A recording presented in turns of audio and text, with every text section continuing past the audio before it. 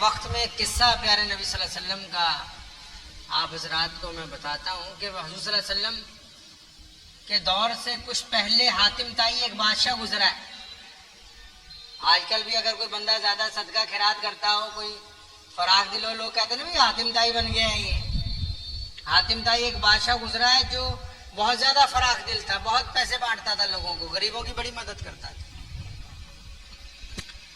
تو حضور صلی اللہ علیہ وسلم کے دور میں صحابہ کرام رضی اللہ تعالی اجمعین کے ساتھ حاتم تائی کی اولاد کا, اس کے قبیلے والوں کا ایک دفعہ ٹکراؤ ہوا. تو جتنے حاتم تائی کی ریاست کے لوگ تھے سارے گرفتار کر کے مدینے لے آئے گئے. اور حاتم تائی کی جو بیٹی تھی وہ بڑی جنگجو تھی, بہادر باپ کی بہادر بیٹی تھی. تو صحابہ کرام رضی اللہ تعالی اجمعین کی جو بیٹیاں تھیں, بیویاں تھیں, وہ بھی بڑی مجاہدین تھیں, آج کل کی طرح عورتوں کی طرح تو نہیں.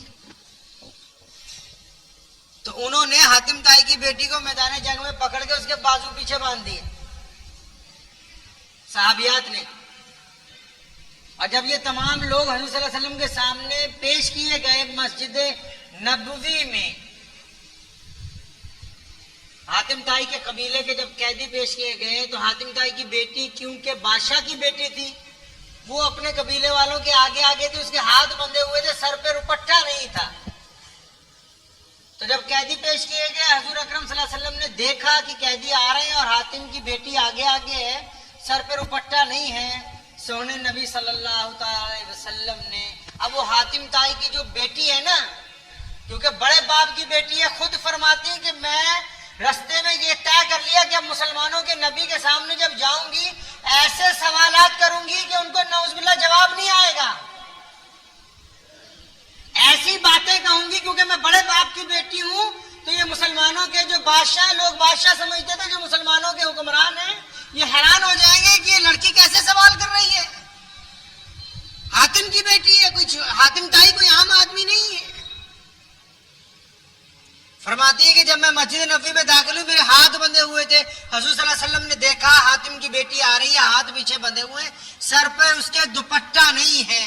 محمد رسول اللہ صلی اللہ علیہ وسلم نے اپنی رحمت والی چادر کندھے سے اتاری, شرجیل بن حسنہ کو فرمایا کہ اس بیٹی کے سر کو ڈھک دو.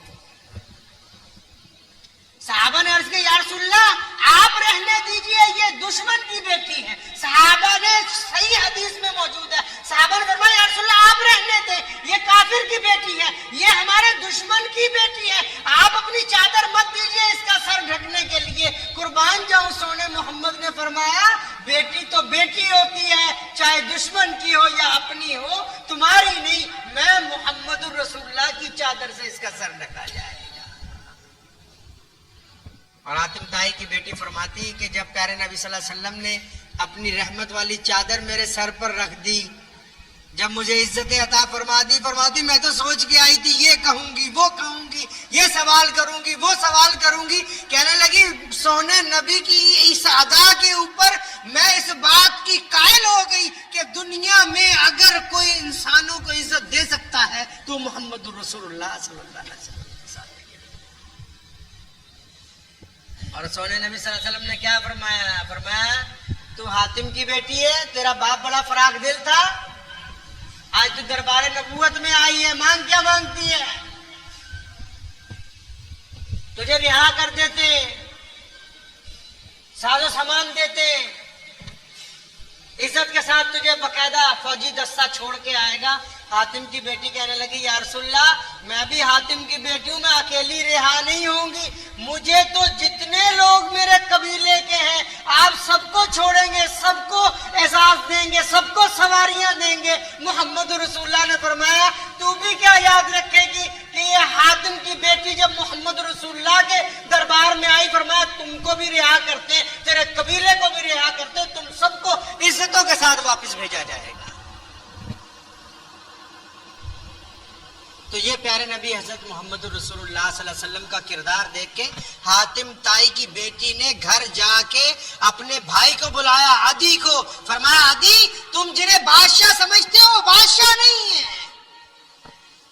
عدی میرے بھائی تم جسے جرنیل سمجھتے ہو, جسے تم حکمران سمجھتے ہو, وہ بادشاہ نہیں ہے, وہ تو اللہ کے نبی ہیں, ان کی حکومت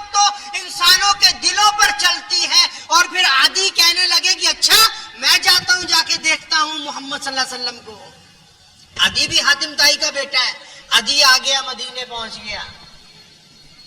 عدی کہتے میں راستے میں سوچتا آیا کہ یہ اللہ کے نبی اپنی مسجد میں سنا لوگوں سے ملتے, لیکن ان کا گھر پتہ نہیں کتنا عالی شان ہوگا, گھر میں پتہ نہیں کیسے آرام سے رہتے ہوں گے, تو میں تو جا کے جب تک ان کا گھر نہ دیکھ لوں مجھے تسلی نہیں ہوگی. تو عدی فرماتے ہیں کہ جب میں مسجد نبی میں گیا تو حضور صلی اللہ علیہ وسلم صحابہ کرام سے محو گفتگو تھے. جب میں نے جا کے اپنا نام بتایا بڑے خوش ہوئے. فرمایا عدی تم ہمارے مہمان ہو, تم سے ہم گھر جا کے بات کریں گے, مسجد میں نہیں بات ہوتی. اللہ نے اپنے نبی کو بصیرتیں دی ہیں, آنے والے کے دل کی بات کو پہچانتے ہیں. محمد رسول اللہ صلی اللہ علیہ وسلم فرمایا آپ سے تو گھر میں بات ہوگی, یہاں نہیں ہوگی. عدی فرماتے ہیں کہ حضور صلی اللہ علیہ وسلم کے ساتھ مسجد نبوی کے دروازے سے نکلا, تیز دھوپ تھی. ایک عورت نے آواز مار دی کہ یا رسول اللہ میری بات سن کے جائیے. محمد رسول اللہ نے اس خاتون کو دیوار کے سائے میں کھڑا کیا, خود دھوپ میں کھڑے ہوئے.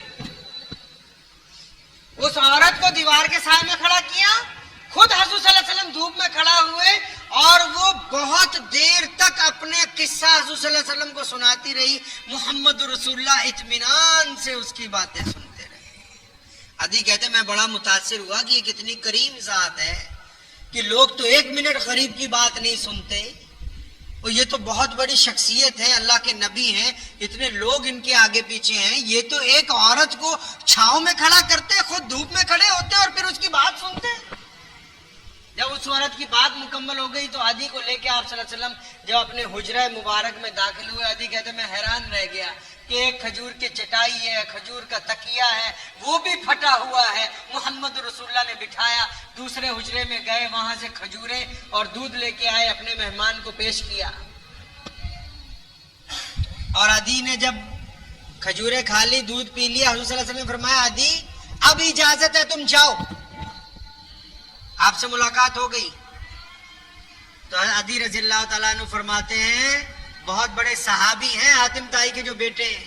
حاتم طائی کے جو بیٹے ہیں کوئی عام آدمی نہیں, جلیل القدر صحابہ میں سے عدی بن حاتم رضی اللہ تعالیٰ عنہ.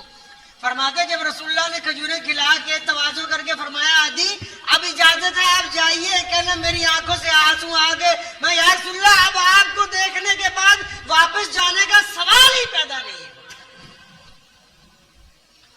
یہ دو قصے صرف آپ کو اس لیے سنائے ہیں کہ دنیا میں اسلام محمد الرسول اللہ صلی اللہ علیہ وسلم کے کردار سے پہنچا ہے.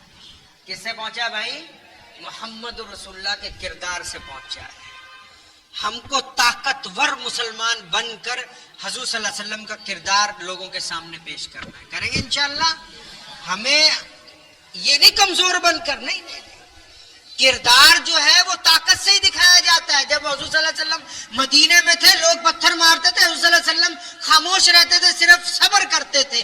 جب مکے سے مدینے آ گئے پاور میں, پھر جو آیا ان کو معاف کرنے لگے, پھر جو آیا انہیں چھاتی سے لگانے لگے. لوگوں کو پتہ لگ گیا کہ جو بڑے لوگ ہوتے ہیں وہ چھوٹوں کو چھاتی سے لگاتے ہیں. اللہ جن کو عزت عطا فرماتا ہے وہ عزتیں بانٹتے ہیں. آپ اگر عزت خود چاہتے ہیں تو دوسروں کو عزت بانٹیے, دولت چاہتے ہیں تو غریبوں کو دولت بانٹیے, گھر میں سکون چاہتے ہیں دوسروں کی زندگیوں کو خراب مت کیجیے, خود چاہتے ہیں کوئی آپ کی بے عزتی نہ کرے تو آپ کسی کو کڑوا مت بولیے, آپ چاہتے ہیں کہ آپ کو بیماری نہ لگے کسی کی بیماری کا مذاق نہ اڑائیے, آپ چاہتے ہیں کہ آپ کی جیب میں دولت بنی رہے دوسرے کے ساتھ ٹھگی مت کیجیے. یہی اسلام کا پیغام ہے, یہی وجہ ہے کہ پوری دنیا میں لوگوں نے اسلام کو پسند کیا.